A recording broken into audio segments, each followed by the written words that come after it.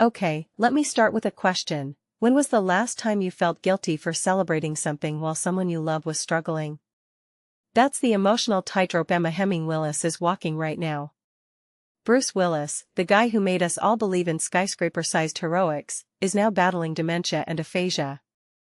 And Emma, his wife of 15 years, just turned 50. But here's the gut punch: she felt guilty blowing out those candles. Wait, why would someone celebrating their own milestone feel remorse?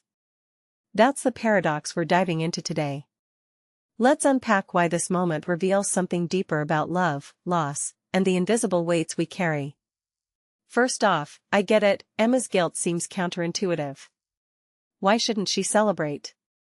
But here's the twist: this isn't just about a birthday. It's about the quiet war between joy and sorrow when someone's world is shrinking.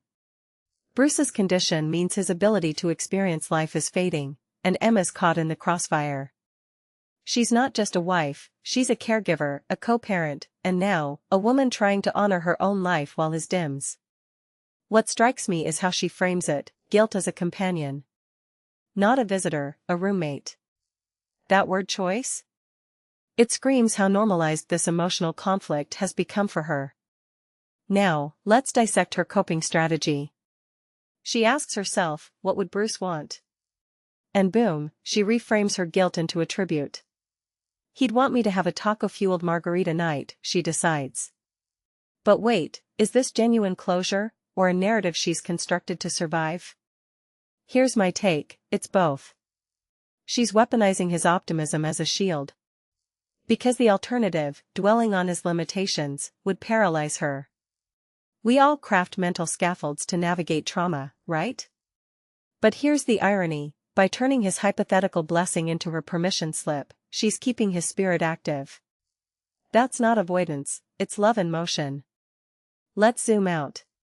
This isn't just Emma's story, it's a masterclass in how terminal illness colonizes a family's psyche.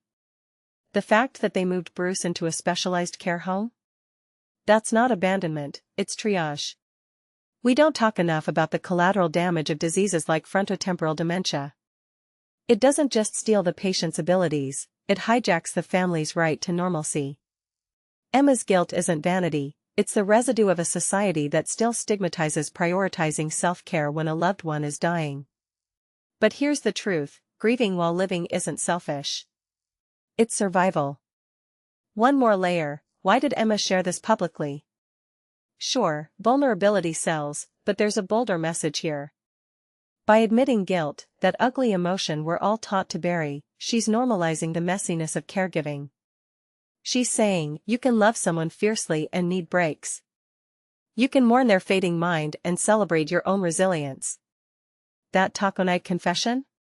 It's a rebellion against the myth that caregivers must be saints. They're humans. Flawed, conflicted, gloriously imperfect. So here's my closing thought: Emma's story isn't just about Bruce. It's a mirror for anyone balancing personal joy against collective sorrow. Whether it's a birthday, a promotion, or even a quiet happy hour, when someone you love is unraveling, how do you justify your own light? I'd argue you cling to it. You toast the tacos. Because the alternative, letting your own spark die, doesn't honor them. It just dims the world faster. What do you think? Drop your take below. Does joy in the face of tragedy feel like rebellion or betrayal? Let's unpack this together.